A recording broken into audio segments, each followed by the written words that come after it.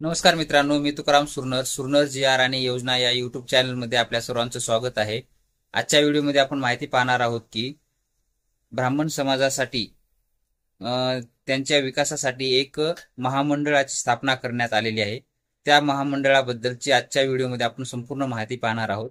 आपण जर या चॅनलवरती नवीन असाल तर आपल्या चॅनलला लाईक करा, मित्रपरिवारांना शेअर करा आणि सबस्क्राईब करायला विसरू नका। चला तर आजचा व्हिडिओ आपण सुरू करूया। ब्राह्मण समाजासाठी परशुराम आर्थिक विकास महामंडळ स्थापन करण्यात आलेलं आहे। त्याबद्दलचा जी.आर. असा आहे की राज्यातील ब्राह्मण समाजातील आर्थिकदृष्ट्या दुर्बल घटकांना शैक्षणिक तसेच व्यवसाय उभारण्यासाठी आर्थिक पाठबळाअभावी अडचणी येत होत्या। अशा घटकांसाठी आर्थिक सहाय्य मिळण्याकरिता आर्थिक विकास महामंडळ स्थापन करण्याची मागणी होती। सदर घटकातील पात्र लाभार्थ्यांना शैक्षणिक तसेच व्यवसायासाठी शासनामार्फत आर्थिक सहाय्य करण्याचे नियोजन आहे। त्यासाठीच ब्राह्मण समाजातील आर्थिकदृष्ट्या दुर्बल घटकांसाठी आर्थिक विकास महामंडळ स्थापन करण्याची बाब शासनाच्या विचाराधीन होती।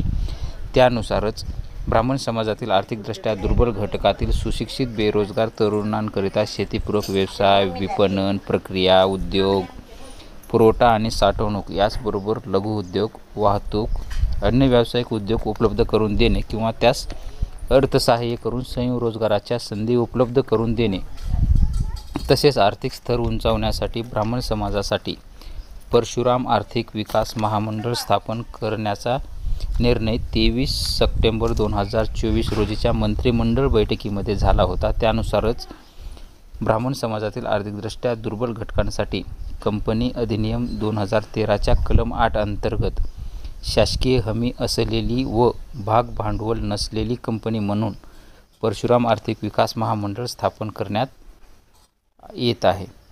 तर त्या मंडळामध्ये खालील संचालक मंडळाची रचना दिलेली आहे। त्याच्यामध्ये अध्यक्ष, उपाध्यक्ष, वित्त विभागाचे सचिव हे सदस्य असतील, रोजगार व स्वयंरोजगार विभागाचे सचिव सदस्य, नियोजन विभागाचे सचिव सदस्य, उद्योग रोजगार व कामगार विभागाचे सचिव सदस्य म्हणून असतील, कृषी व पदुम विभागाचे सचिव कृषी सदस्य असतील, इतर मागास व बहुजन कल्याण विभागाचे सचिव हे सदस्य असतील, महामंडळाचे व्यवस्थापकीय संचालक सदस्य सचिव असतील, राष्ट्रीय मागासवर्गीय वित्त व विकास महामंडळाचे प्रतिनिधी ही एक सदस्य असेल, तसेच इतर 7 अशासकीय सदस्य असतील। तसेच महामंडळाचे व्यवस्थापकीय संचालक हे किमान मंत्रालयीन सहसचिव दर्जाचे असतील आणि या महामंडळाचे मुख्यालय हे पुणे या ठिकाणी राहणार आहे।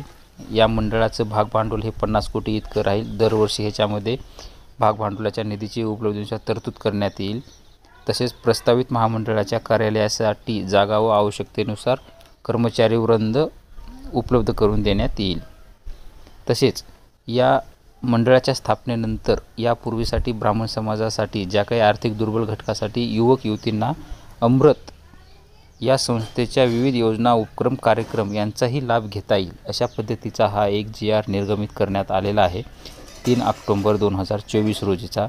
त्याबद्दलची आपण आजच्या व्हिडिओमध्ये पूर्ण पाहण्याची माहिती घेतलेली आहे। तर अशीच माहिती नवीन व्हिडिओ अपडेट येण्यासाठी आपल्या चॅनलला लाईक करा, शेअर करा, मित्रपरिवारांमध्ये सबस्क्राईब करायला विसरू नका। भेटूया नवीन माहितीसह नवीन व्हिडिओमध्ये। धन्यवाद।